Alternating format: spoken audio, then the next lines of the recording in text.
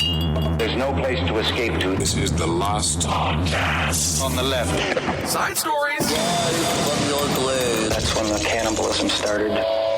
Side stories. Yes.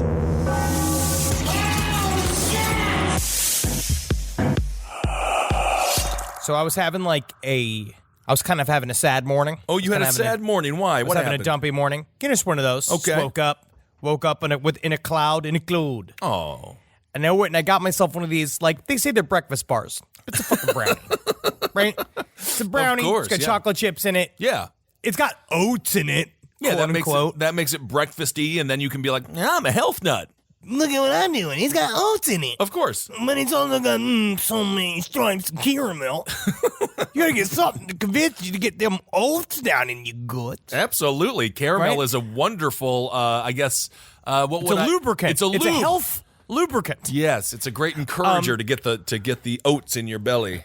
But I was leaving the coffee shop, and there was a homeless guy on the street. Right. Right? And he turned to me and he said, "Hey, man, you gotta get some of that brownie?"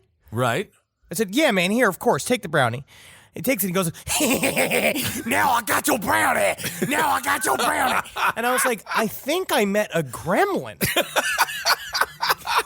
Well, I'm very happy that it all worked out for that guy.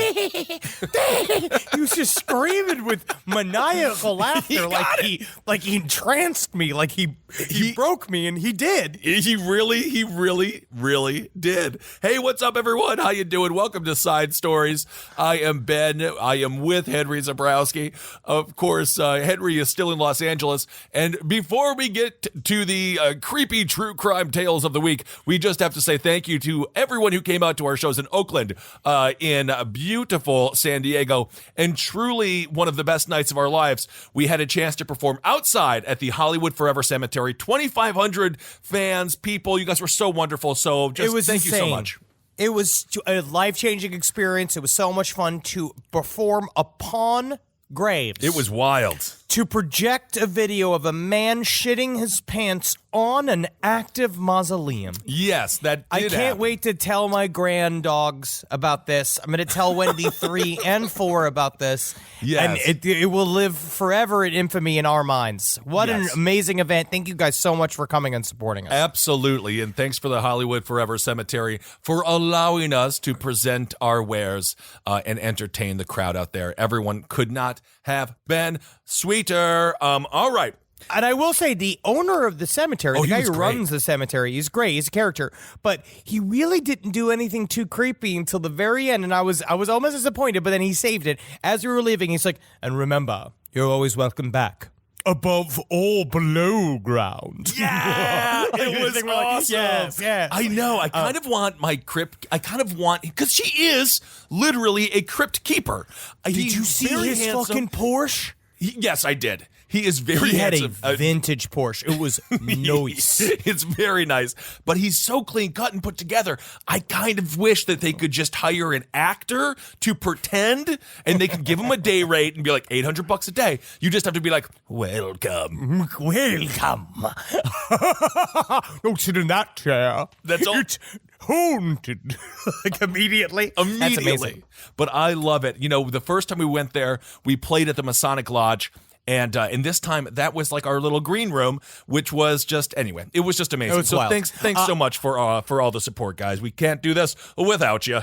I also want to give a quick shout out to #Cut50. I went to an event last night with Van Jones, who's Jack, and Jessica Jackson, and the whole thing's about prison reform. Great. And they just released 2,200 prisoners that were basically over imprisoned. Right. They were heavily vetted, and they've been released, and there's they are going to release another 2,200 eventually, and it's a really cool organization, and I learned quite a bit last night about prison reform. Well, that's wonderful, and of course, we cover that extensively on Abe Lincoln's Top Hat. Give that a listen, and it's called Cut 50 because they want to cut the prison population by 50%, right? Yep, we have more imprisoned human beings than any other country on the planet, and if you even cut it by 50%, it is still more than any other country on the planet. USA all the way, baby. Of course, we don't. The Chinese don't tell us, but we're not going to get into that right now. Who has more in prison? Because that's a Cold War all itself.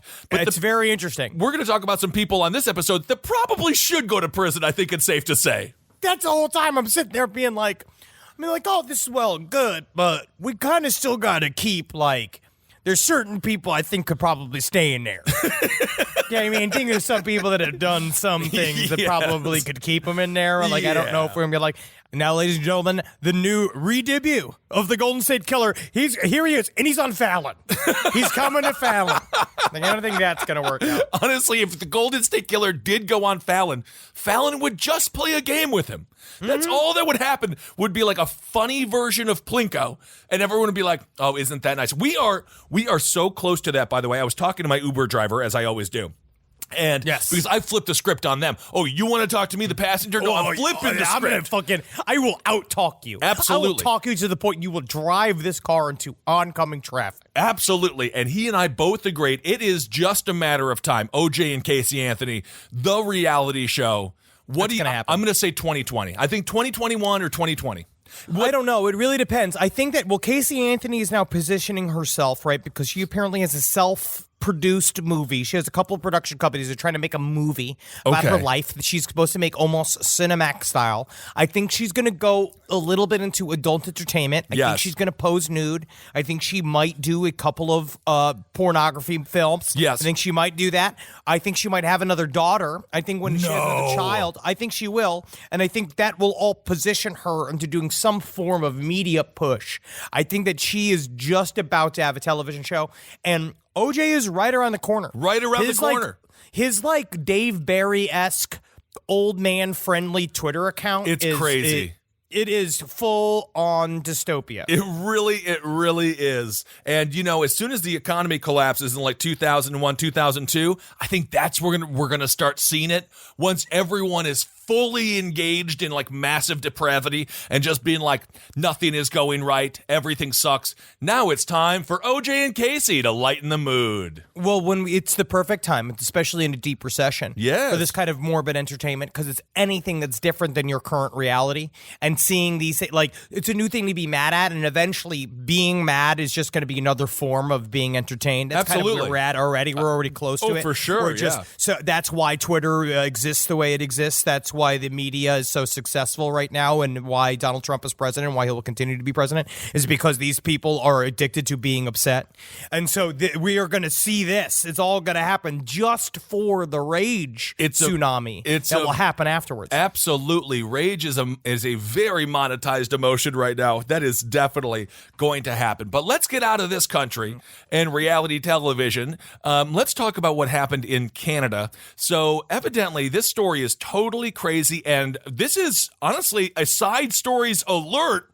Be on the lookout. We got two folks on the run. Now, this is a story that is developing, so we don't have a lot of details. Right. But apparently, two lifelong friends, and this is reported by the CBC. Two lifelong friends previously reported missing are now suspects in the homicides of a young tourist couple gunned down in northern British Columbia last week, as well as in the suspicious death of another man whose body was found near the friends' burnt-out truck days later. RCMP, that's the Royal Canadian Mounted Police. Oh. They said Tuesday that Cam MacLeod, 19, and Briar Schmigelski? I believe it's Schmigelski. Cam MacLeod, 19, and Briar Schmelski, 18. Are suspected of shooting Australian Lucas Fowler, 23, and American China Dees, 24. The couple's bodies were discovered along the side of the Alaska Highway south of a popular hot springs tourist destination on July 15th. 4 days after the bodies of Fowler and Dees were found, MacLeod and Schmigelski's burnt-out truck was then discovered near the community of Dees Lake, BC, more than 470 kilometers away from the first crime scene. Now, I'm not really sure yet, and eventually... Well, the body of an identified man in his 50s or 60s was found 2 kilometers south of the truck. Now, they have not really released why they are connected yet. No. We don't know why they're connected. They haven't released. So it's a total of 3 potential murderers. The body that they found of this 50 or 60-year-old dude, totally unidentifiable, completely burned up. So they don't even know who that dude was yet. and people really have no clue what the hell happened here. It seems like just a massive surprise. This is according to Sergeant Janelle Showit. She says, we are asking the public, if you spot Cam or Breyer, consider them dangerous. Take no actions. Immediately call 911.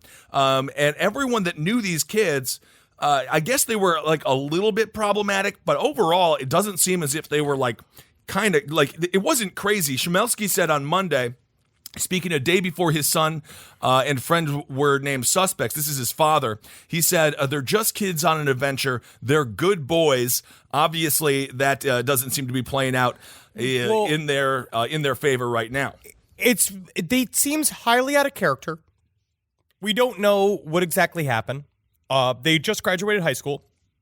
They just spent 5 weeks working at Walmart together. They're two best friends. So They're working at Walmart together. They got sick of doing it, apparently, and then they went on like some grand road trip to search for adventure. And according to the father, Al Schmielewski. Good, strong name. Oh, yeah. He said, they're just kids on an adventure. They're good boys. And it's like, we don't know yet. We don't know what happened. They were last seen, I believe, at a Home Depot. They don't know what they were purchasing, but they were shot on one of these, like they have those, when you go to a self-checkout, they have cameras on the top of it, and they got a picture of them, and then two of them, one looking like J. Allen Hynek. I think it's Cam MacLeod. He's got the Van Dyke going on. And what I love is that he's wearing a Cthulhu shirt. It's like a super cute, like kawaii Cthulhu shirt. Right. And I love how they try to describe the clothing of this shirt. It's being like, Cam was last seen with a shirt bearing the likeness of Cthulhu. Whoa! It is an ancient monster bent upon the destruction of humankind. Like I don't know. Everyone's saying that apparently everyone's so scared in BC that they're all hiding inside of their homes. I guess so. And I understand that you are scared, but they are children. Well, they're 18 and 19. Those are some pretty scary ages. They have the power of an adult and the mind of a child. They're Master Blaster all in one. And again, going back to this sort of being a surprise specifically for Schmielewski's family, Carol Starkley, that's his grandmother, said again, the boys were just going on an adventure. She says, quote, he was a great kid. I really enjoyed having him. The only thing that seemed to point to a potential for violence, I guess, is a post that he put on his Facebook page, but this was in 2015, and I really don't think this is any connection whatsoever. I think this is just a joke. Chmielewski updated his Facebook page in 2015 with a poster that depicted a handgun and the tagline, "Guns don't kill people. It's mostly the bullets." So I just think it's a Canadian joke. I think it's them just being, they're just fucking whatever. They're just nerds. They're just nerds. These two little nerds. But they said that they were a huge fan of the game League of Legends. Oh. That's what we know about them. And they said Breyer was really quiet with people. He was really loud spoken in his friend group, but pretty quiet in general. Okay. We don't really know what the connections are yet. I want to find out how did we get to these two kids. Absolutely. But poor Al Schmielewski, he's now described himself as likely now the most hated dad in the country. Oh, that's sad. You're not Mr. Chmielewski. He said the family's trapped in their homes by a bunch of people with just hockey sticks. I don't know guess so. Let them leave. They can leave their homes. Absolutely. And of course, that is why, because these kids don't seem to have a checkered past, that is why initially the cops were like, I guess we have another potential homicide with these two missing kids. But as it turns out now, these two children are potentially going to be charged with the murder of 3 folks. So maybe these kids just got a Bonnie and Clyde bug up their butt, and we're just like, it's time to go on. Other. They could be it could be a little Brokeback Mountain situation. We don't know. Literally, we know very little. But maybe they just went on an adventure. They wanted to go on an adventure, and they found themselves in nothing but trouble. They got in way over their heads and are probably currently, let's be honest, probably scared shitless.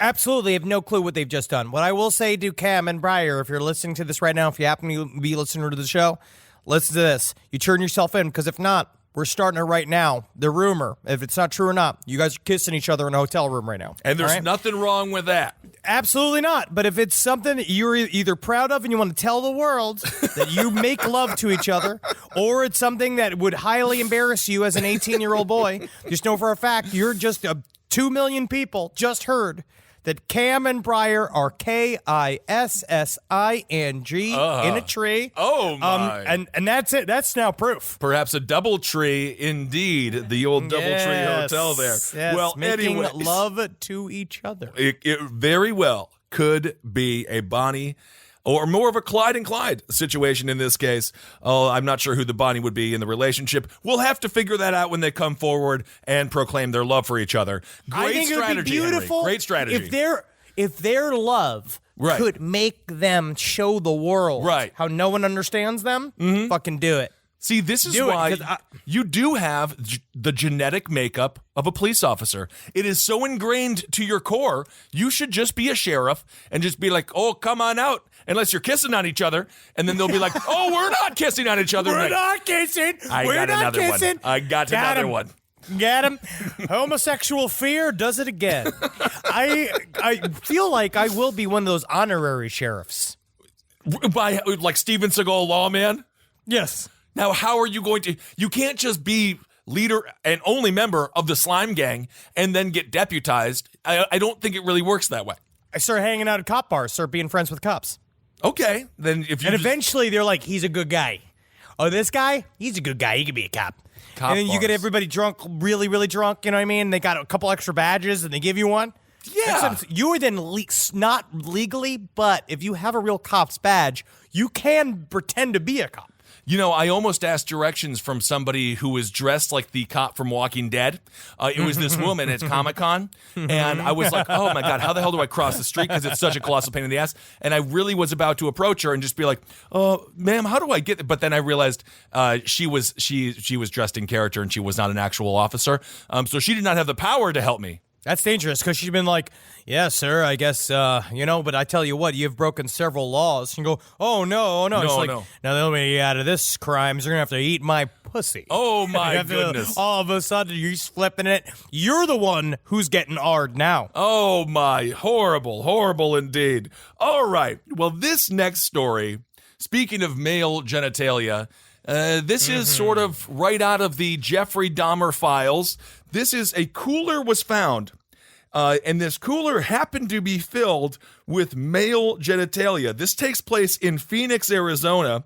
So evidently, these folks open up this cooler, and they found a head sewn onto a mismatched body, a bucket of limbs, and a cooler filled with penises are among the items that the FBI agents found during a raid on a Phoenix body donation business. This reminds me of how, like, my mom had, like, we have 3 refrigerators in the house. Of course, you have to, because you have to have all the meats. Because when there's a meat sale, you got to get all the meats. That Save is for what later. my mom does. My mom just banks it. She'll call me and be like, Henry Thomas, you know they had leg of lamb on sale for 75 cents a pound the other day at Costco. So I bought 3 and then put them into the freezer for when you come home.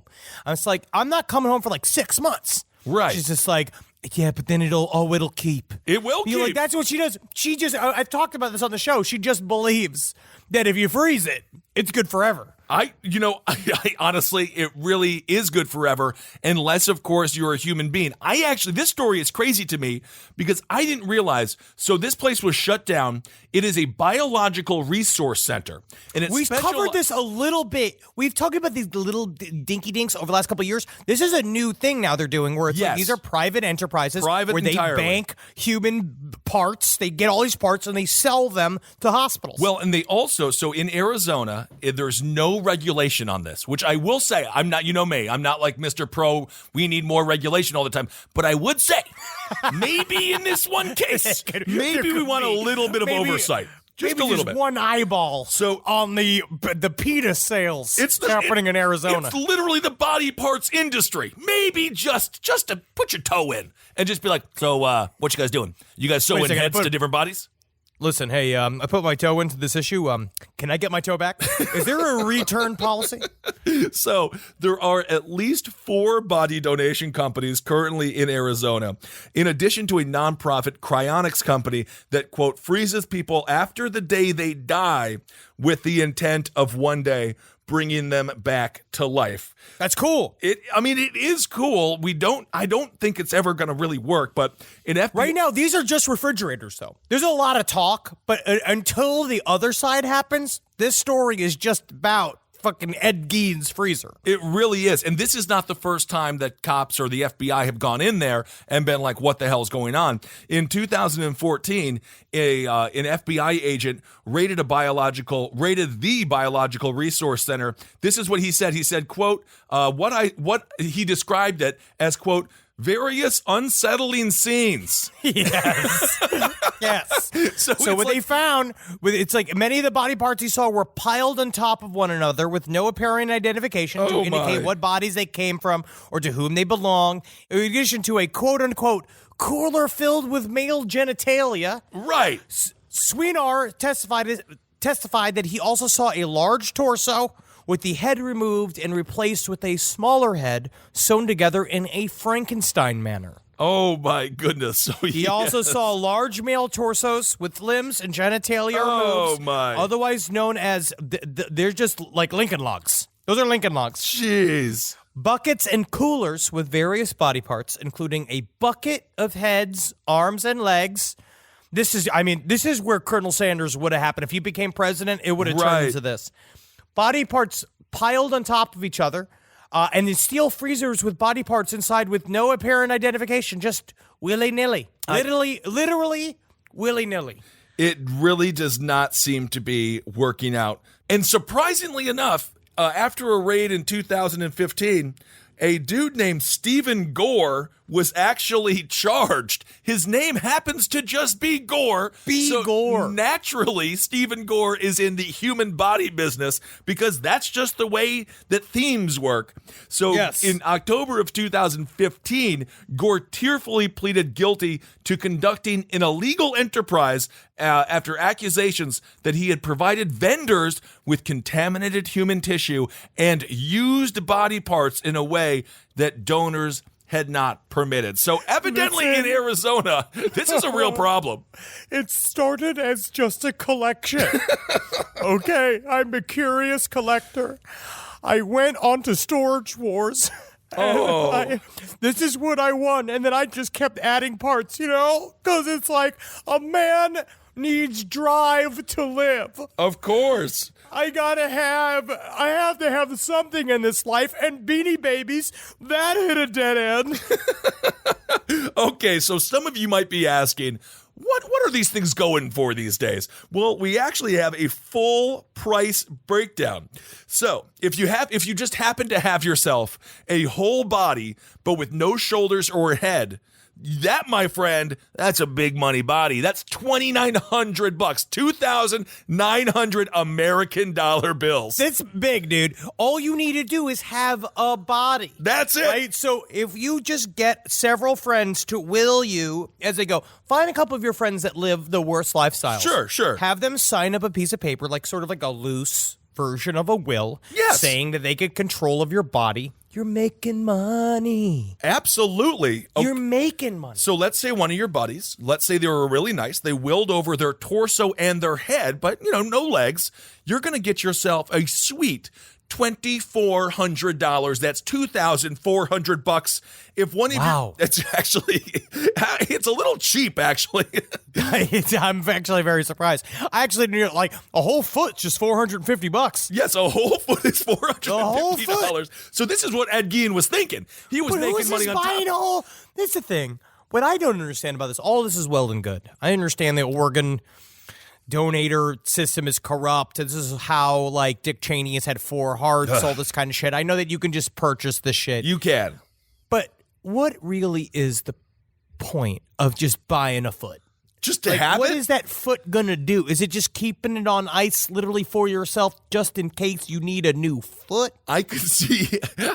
You never know. Honestly, you never know when you're gonna be riding a bicycle and your foot's gonna shred off on the gravel. You never know. But why wouldn't you just get one of those blades like that one murderer guy had? They're really good Pistorius athletes. or whatever. Yeah, why don't you get one of those blades? Wouldn't that actually be cooler than a foot? Yeah, I mean, I don't know. Maybe it's for a museum or maybe someone wants to put a foot on their head. I have no idea. But you can also get for a whole leg if you got more than just the foot. A whole leg is going for $1,100. A whole spine, which I think a whole spine is probably just going to be more used for like a wind chime or something like that. Yeah, you just have a spine. Are you using it to beat the dust off of rugs? I have no idea. Outside? It's possible. That's $950. A knee, Whoa. $375, and a pelvis is going for $400. So those are your deals at the old body parts store. So just on my body alone, let me see how much money I'm worth. So if you just carved up my body, yes, really, really fast. but we're going to need a whole leg, a knee. I'm not sure because you're smaller. Would I be more expensive? Well, I guess you can't chunk it up. You would be more expensive. I don't know. Probably. There's more body to play with. Yes, it's a bigger spine. It's bigger knees, bigger foot for sure. If I was harvesting and selling your body, that's how I'd pitch it. Yeah. To try to get the prices up. I mean, and Obviously. also it's got to be supply and demand, right? So if someone needs one part of my body, they're also going to be my size. I'm in like the 1 percentile of height. So they're going to, I'm going to be like, I bet you I can go for $5,000. I bet another uptick. Just another uptick. That's another boom, boom. But yeah, you could probably get, I imagine you, shoulders, no head, I would put you at, I'd say I'd start the bid at $5,000. Yeah. Okay. Thank you. And then see if they negotiate me down. I mean, because of your lifestyle. I don't know if they need to look at your blood. No, it doesn't seem like that. Because we will have drained all your blood. Yes, The one thing that we can't really sell is your gout-ridden foot. No. Although if you detach the foot, does the gout stay in it? I think, unfortunately, it is like a ghost.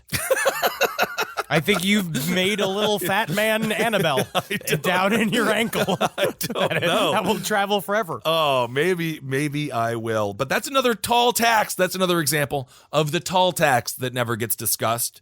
It never gets discussed. Nope. I completely agree. We all have our crosses to bear, don't we? I know. Live from your grave.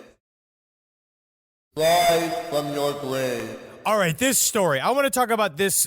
This is a fucking set. So again, maybe we could regulate some of this human body part sales at the same time. I'm a free market person, so it does what it's got to do.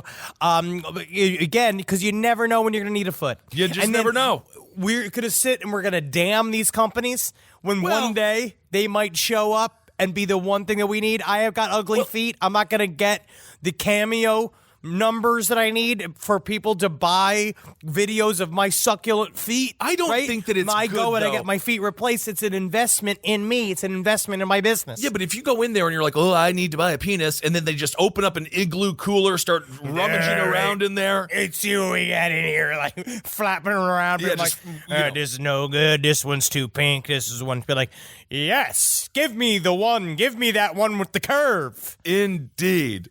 So that's a news to me. That's that section that we call news to me. When it comes to Arizona, I know the state's a little fun. It's a little wacky.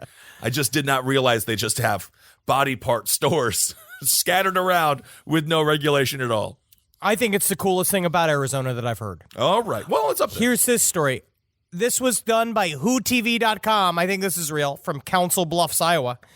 Remains found behind Council Bluffs grocery store cooler, ID'd as those of worker, missing for 10 years. This is so sad. This makes me want to blow my brains out. Can you imagine being forced to remain forever at the job that you hate? Oh, in the cooler section.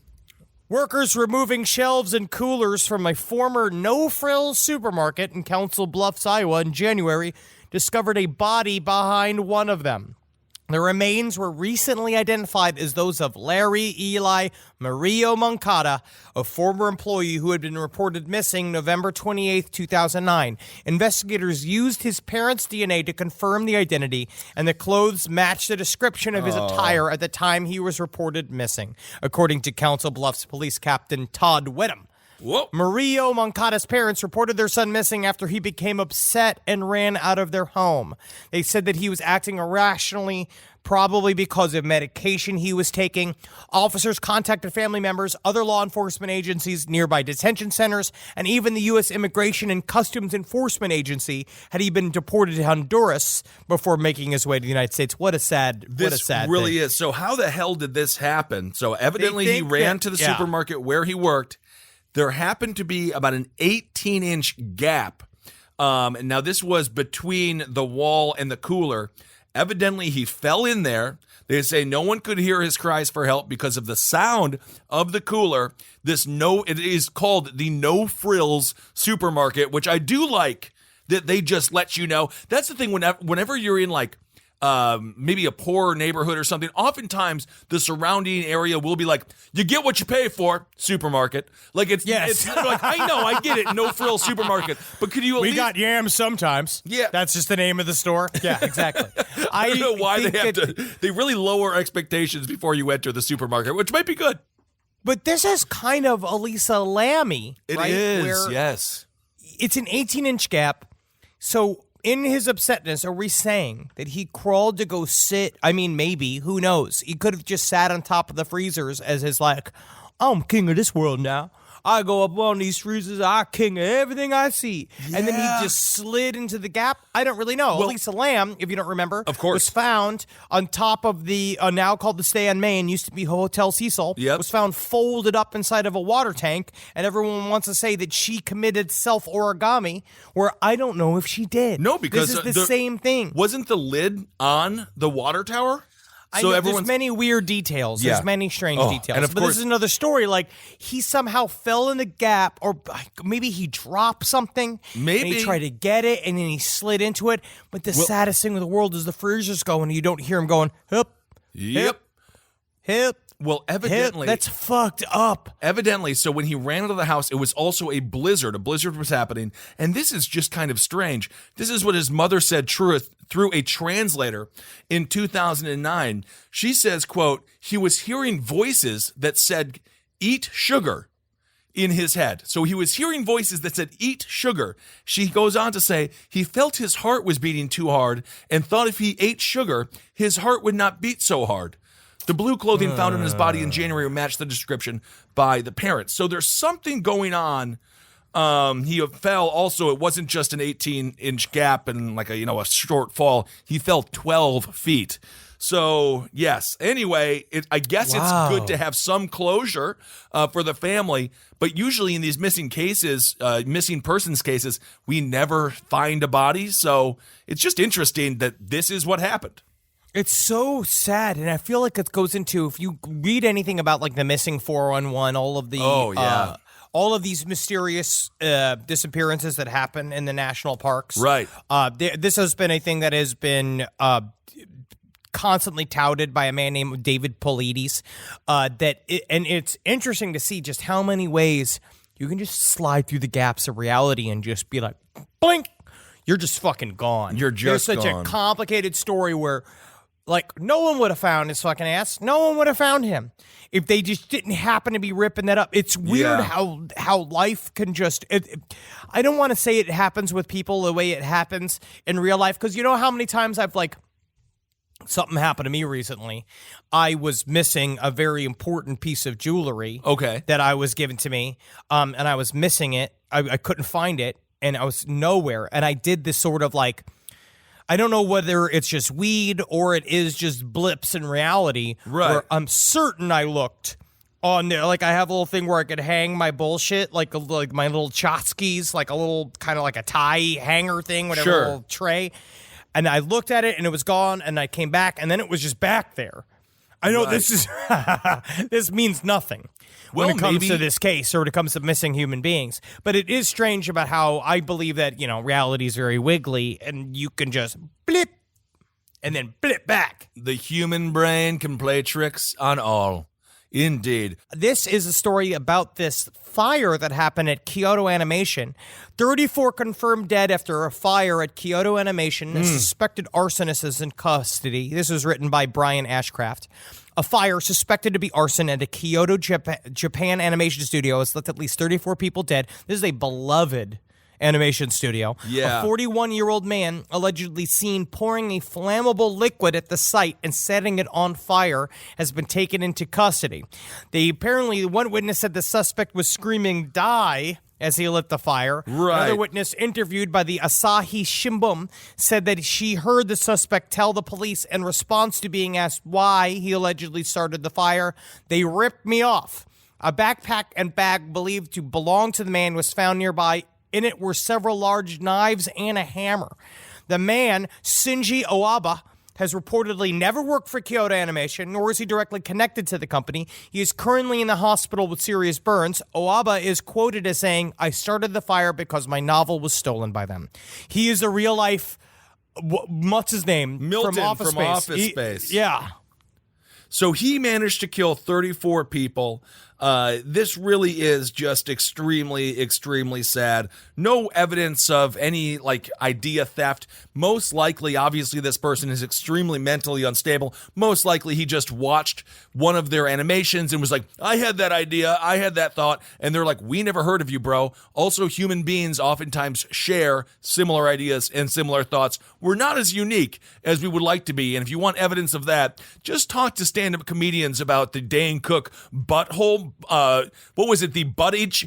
Dane Cook had a "my butthole itches" joke, and then there was a bunch of other comedians be like, "I have the butthole itches" joke, and then they fought with each other. There's a lot of people that do. A lot of people have one because a lot of people have butthole itches. Yes, there's people have butthole itches.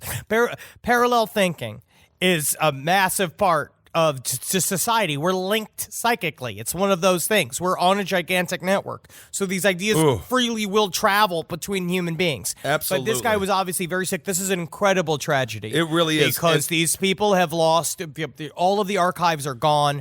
34 people dead. But I'm almost amazed it doesn't happen more often. You have how often Saturday Night Live steals people's ideas actively. It when does you go in happen. and audition, this is completely real.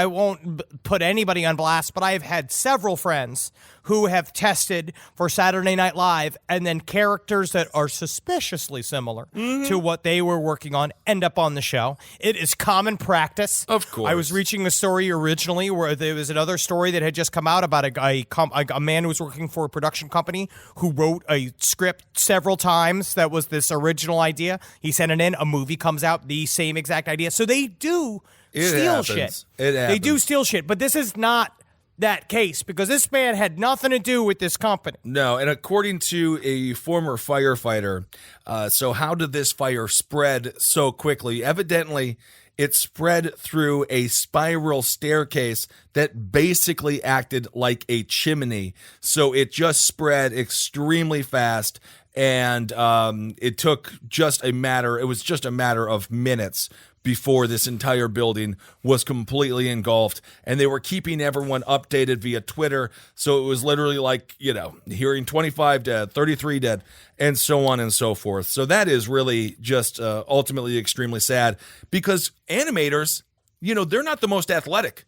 They're not going to be able to get out of that building. They're sitting ducks in there. They're working. They're thinking about, what would this cloud say to this random tortoise? They have That's a lot why we going need on. standing desks.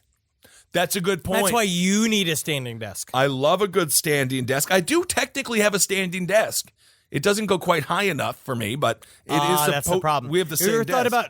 ever thought about putting it on books? I should do that. I could use those books for something anyway. That would be good. So anyway, that story, it's just sad. I don't know. So this guy's Shinji, a terrible story. Abba is going to obviously face some massive repercussions there. And, But no, it is a terrible story. What a terrible sad. story. I hope that they can recoup. I hope that they can come back. I mean, I believe anybody that attacks one of these creators' establishment, it's absolutely brutal. There's no reason to kill people. Don't kill people. All right. Go for it. Try to sue them. If a company takes your ideas, you have to set up the precedent that they took your ideas, and then you try to sue them. That's the way to get them. Go at their fucking wallet. Yes, in no way. Get that money. No way you'll lose that. And as a matter of fact, no, it's not. You might win. I mean, it's possible. It's like, you go to Las Vegas, you can put it all on black and see what happens. You know, But you could attack them enough either on the internet if you get enough groundswell to attack them. It's pretty great. Yeah, absolutely. All right, well, let's do this week's Hero of the Week.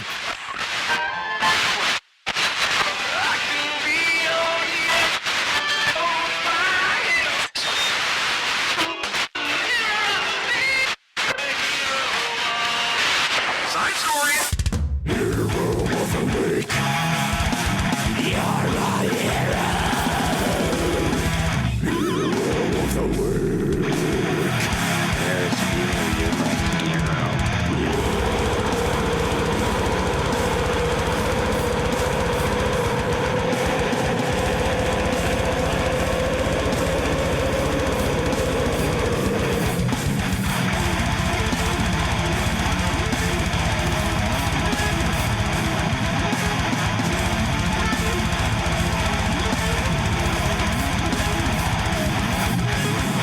The hero of this week, you know what it is, Henry? What? It's a hamburger. Isn't that fun? You know what? You choose these stories, right?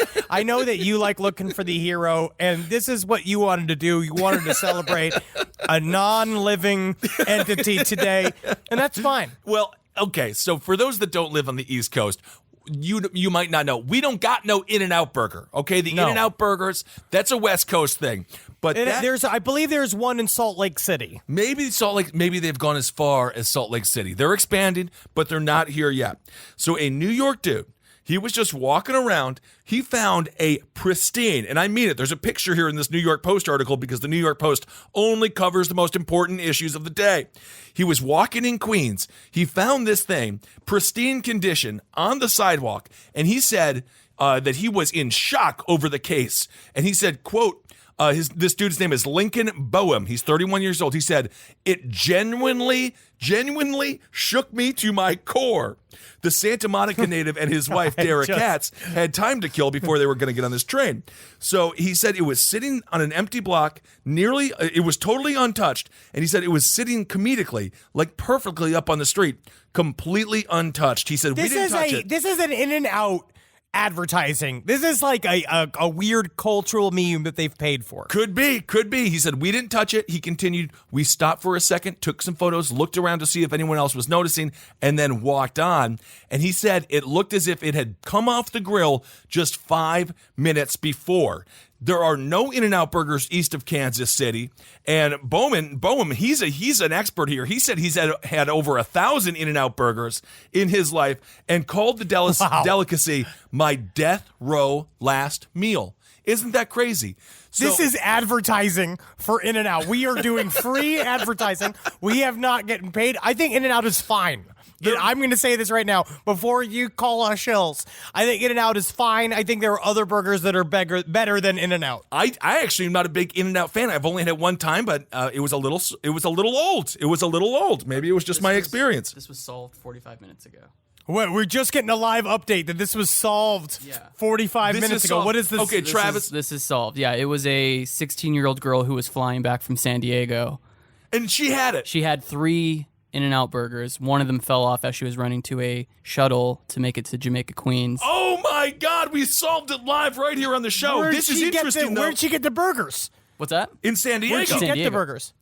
So she flew to New York with them. And she ordered them from In-N-Out and asked the In-N-Out employees what was the best way to keep them fresh on the flight. So they didn't put sauce on the burgers. And then they packaged. So she took a fucking 6-hour flight. Yes, with she had them sitting on her lap for the entire 6-hour flight.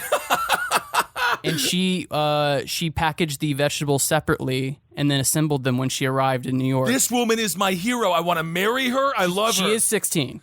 Oh, never mind. Scratch it. Honestly, 16-year-old. But not... Okay, stop. I did not know she was 16. But honestly, she's tenacious. She's got a good future ahead of her.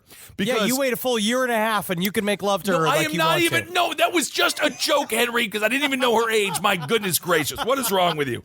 No, but she's gonna be very successful in life. Because that's interesting, because Boehm, this dude in the story, he's like, oh, I've never even seen this happen, because he tried to do that same thing. He tried tried to go to New York from Los Angeles with him, and he says, every time I've done it, it becomes inedible. The bun gets soggy and becomes a mess. This one is just in perfect condition. It just felt strange. At first, I thought it was some sort of viral marketing thing. But indeed, it was a tenacious 16-year-old girl who, I'm going to say, flip it and reverse it, the hero of the week is the 16-year-old girl.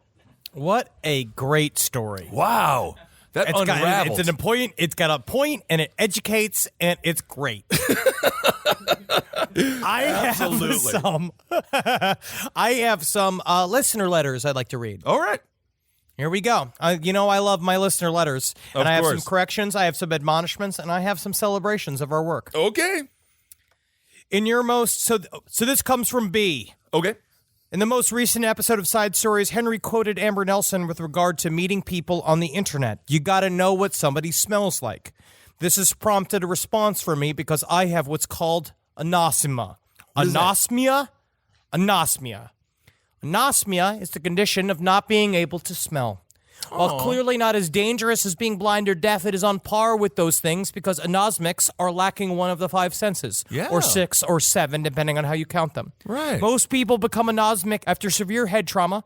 Car crashes leading the list. I wouldn't be surprised if some survivors of serial killers, like Richard Ramirez, ended up as anosmic because of how they were beaten. Others, such as myself, are born without a sense of smell. This is called congenital anosmia. I wish it worked like Daredevil, where my other senses were more awesome to make up for the anosmia. Right. But tragically, my only superpower is to drop hellacious farts with impunity, which is honestly kind of worth it. I wanted to be clear that I wasn't offended at all by the quote, but it's an opportunity to educate you guys, and perhaps others if you talk about it on the show, that the condition exists. And you guys definitely enjoy knowing the weirder parts of reality and the human condition, so there you go. The point is, I've never known what something smells like, or somebody. Not my friends, my family, not my girlfriends, not my kid, not one. And yes, Henry, this means I have no idea what pussy smells like. I can't compliment a woman's perfume. I don't even know if she's wearing it unless I kiss her and I taste it. I don't know what someone's pillow smells like. I spend many of my waking hours with my dog who sniffs me all the time, but I don't know what he smells like. Well, this might seem kind of tragic, but it's always been like this for me. But imagine what it's like for the people who weren't born this way. Imagine if tomorrow you could no longer smell Natalie Henry. How would that impact your relationship? How might it change how you feel about your home with all its scents gone? So yeah, it sucks for me. But I've never known these things. People who lose their sense of smell, I can't imagine what that's like. Well, so to answer right. a few common questions, yes, I can taste things. No, I don't know if my sense of taste is as broad of yours because I've never tasted anything with your tongue. Yes, I might blow up my house if there's a gas leak. And I learn whether a pussy is nasty by simply asking the woman if she's ever been with Kissel. Oh, right. We got roast mode. Roast mode indeed. Okay. But that's really fun. Thank you. Very educational. Thank you for the educational. All right, here's another educational email. This is from D. I am a clinical pharmacist, and after listening to Creepypasta 14 and hearing all of your frustrations on the ambiguity of unexplained nocturnal death syndrome, I figured I'd reach out to give you some additional insight on what syndrome means to the medical community. Okay. A syndrome is a combination of symptoms resulting from a single cause or a combination of symptoms so commonly occurring together as to constitute a distinct clinical picture. Basically, something gets called a syndrome when we keep seeing a bunch of symptoms that seem to accompany each other, but we don't really know the underlying cause or mechanism of disease. There are exceptions, such as AIDS or Down syndrome, but most syndromes are not as well understood. Where this actually becomes helpful is when we are trying to treat the symptoms. For example, cannabinoid hyperanemia syndrome, which is characterized by intense periods of vomiting associated with excessive cannabis use. Oh my. Is largely non-responsive to typical anti-nausea drugs, even ones used to treat the vomiting caused by chemo. However, hot showers, baths, or rubbing capsaicin cream on the belly appears to alleviate the symptoms just fine. We have no idea why this works. This treatment would not work for typical nausea vomiting. By identifying the syndrome as the cause of the nausea vomiting, we're able to provide a more specific and effective therapy. Very interesting. Then additionally, by giving the process a name, it allows researchers to more easily identify cases of the syndrome and potentially find an underlying cause. Now, this probably does not do anything to help ease Henry's mind about suddenly dying in his sleep, but I hope this helps clear things up a little bit. All right. He said if you really want to get fucked up, look up a thing called Stevens-Johnson syndrome, where it's basically a completely random-ass reaction you can have to any sort of antibacterial drug or medication where gigantic rash blow up all over your lips and face. Oh my, that sounds absolutely horrible. I think I saw a video on LiveLeak very similar with that disease, actually. You remember that? The guy playing the guitar. Horrifying. Oh, yes. Very scary, very sad. So sad. Very sad. And I have one last letter. Okay. This comes to you, and this is for you, Kissel. All right. And it really is really nice to hear. This comes from S. My husband and I love your podcast. We always listen to your podcast on Sundays before we have to start a new week of teaching. My favorite podcast themes are your creepypasta apps and your recent Relaxed Fit apps. That's so nice. Very nice. Both Thank my you. husband and I are special education teachers, and we've heard Ben's reading process over the years. Both my husband and I are special education teachers, and we've heard Ben's reading progress over the last few years. I'm writing to let you know that you've done a great job of being able to keep your place in the text, not skipping lines or substituting words, Ben. This action Thank you. shows that you've worked on your reading fluency and comprehension over time. Your hard work as a parent, and we hear you. I love it. Thank you so much. It's a bit. It is a bit, but I do love it. Thank you very much. And honestly, thank you for being a special ed teacher. That's very good. It's an extremely difficult job. And there's a lot of kids out there in need. Very That sweet. fucking made me crack up. I know that it did, Henry. I know that it did. You laugh at the things that are hurtful to others. No, I love it. All right, everyone. Well, thank you all so much for listening. And thanks again for everyone who came out to our shows. We can't wait to see everyone else on the road. Also, thanks to everyone who came out to Hail Yourself America, my little documentary premiere. Wonderful stuff. Very exciting. I can't wait to Very proud of you. Thank Very you. proud of your process, and I can't wait for more people to see this shit. We're gonna hit the town with it. I'm gonna go on a little mini tour myself with that. And of course, Henry and I are also going to be doing. We're doing our just a first side ever. story. Yeah. So Our we first ever Just Side Stories. This is on November 8th at the Death Becomes Us Festival in Washington, D.C. Yes, this is going to be a blast. Travis might actually join us on stage. We're still figuring out what the show is going to look like, but come on out and hang out with us. It's going to be an hour of just fun banter. And yeah, we're very excited for all the cool things ahead. Banter. Fun banter. Fun banter it is, baby. It's going to be fun. So live your life every day. Yes, like you got you're to. not trapped behind the cooler of your horrible fucking job. Remember that. Love. Absolutely. That you are not trapped behind the cooler of a grocery store. There's something about this story just fucking haunts Well, me. it's just so sad because you can imagine what's going through that person's mind. I mean, just horrible. It's like, oh my God, it's like being stuck in an audition. Oh, just like that. Other than the fact you get to leave an audition, you're still It's alive at the end of just it. like it, and laugh every day. You get to spend not trapped behind while you're going, help, help, Okay. help, as the noise go over, the noise of your nightmares, which is the sound really of the is. freezers you have to stock every day. Poor man. All right, everyone. Thank you all so much for listening. Hail yourselves. Hail Satan. Magustalations. Hey, and you got to love yourself before you can love anybody else. That's true. That's true. Love yourself, guys. We're working through it. We're going to do fine. Every day is a struggle. It's a struggle, but learn. You are worthy. You are worthy. You are worthy. You're like the opposite of Wayne and Garth when they met Alice Cooper. They were not worthy, but you are They worthy. were not worthy. I know. But you are. Hail me. This show is made possible by listeners like you. Thanks to our ad sponsors, you can support our shows by supporting them. For more shows like the one you just listened to, go to lastpodcastnetwork.com.